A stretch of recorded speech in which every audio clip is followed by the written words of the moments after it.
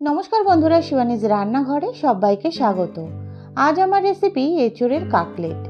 এটা পুরো নিরামিষ আমি রেসিপিটা তৈরি করেছি। আপনারা চাইলে এটাকে পেঁয়াজ রসুন দিয়েও করতে পারেন, আর খেতে কিন্তু দারুণ হয়। চলুন তাহলে রেসিপিটা দেখে নেওয়া যাক। এখানে আমি একটু বড় বড় সাইজের এঁচোড়গুলো কেটে নিয়েছিলাম, তারপরে 2 থেকে 3টে সিটি দিয়ে এভাবে নরম করে সেদ্ধ করে নিয়েছি দেখুন।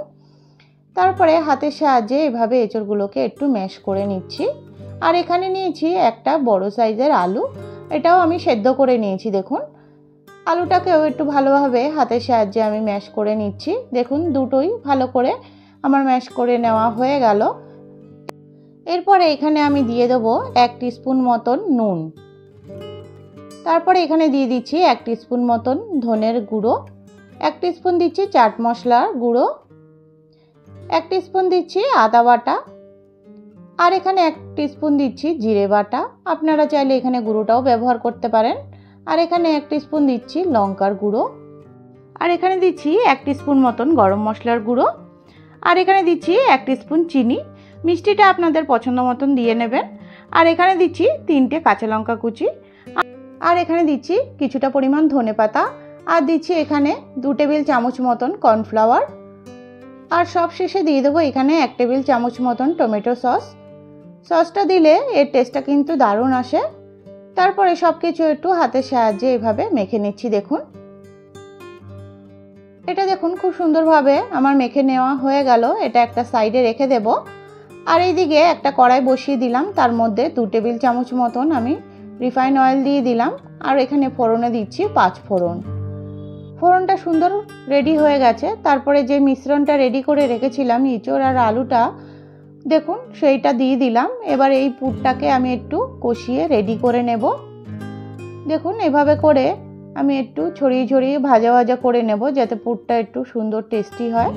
আর এখানে আমি কিছুটা পরিমাণ বাদাম দিয়ে দিচ্ছি।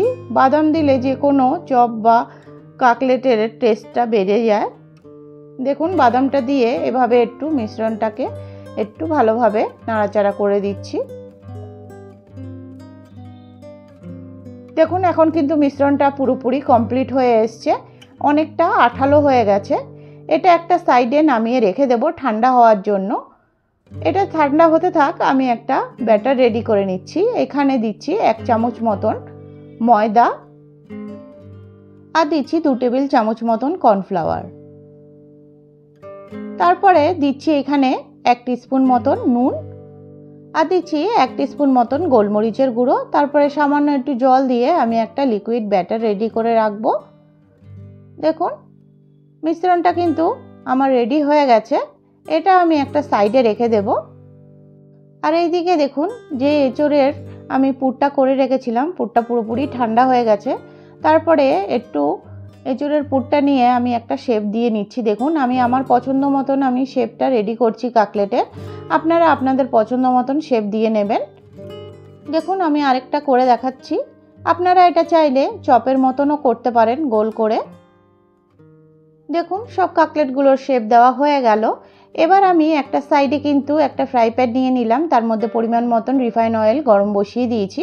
আর এইদিকে যেই ব্যাটারটা আমি রেডি করেছিলাম ময়দা আর কর্নফ্লাওয়ারের, ওটা নিয়ে নিলাম, একটু নাড়িয়ে দিচ্ছি চামচ দিয়ে।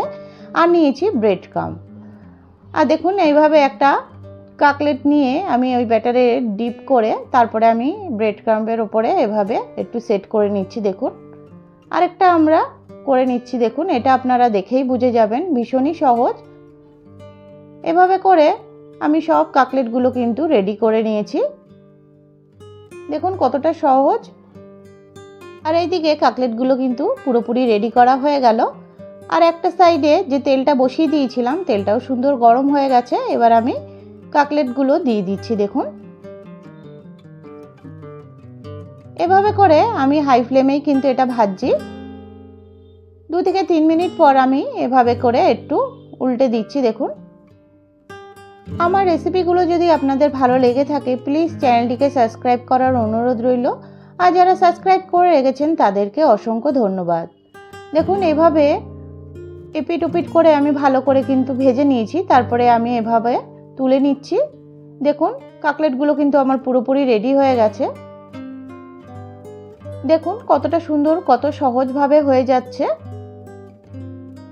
পুরো রেডি হয়ে গেল এক ব্যাচ। এরপরে আমি সেকেন্ড ব্যাচও এভাবে একই প্রসেসে আমি করে নিচ্ছি। দেখুন এভাবে উল্টে পাল্টে কিন্তু আমি ভালো করে কাকলেটগুলোকে সুন্দর ভেজে নিচ্ছি। এই ব্যাচও আমার ভাজা হয়ে গেল। এভাবে করে অবশ্যই একবার দেখবেন বন্ধুরা, ছোট থেকে বড় সবাই কিন্তু পছন্দ করবে। আর ছোটরা সাধারণত এঁচোড়টা খেতে চায় না, এভাবে করে খাওয়ালে ওরা কিন্তু বুঝতেও পারবে না। দেখুন কতটা সহজভাবে হয়ে যায়। অবশ্যই একবার ট্রাই করে দেখবেন বন্ধুরা, পুরো নিরামিষ একটা রেসিপি।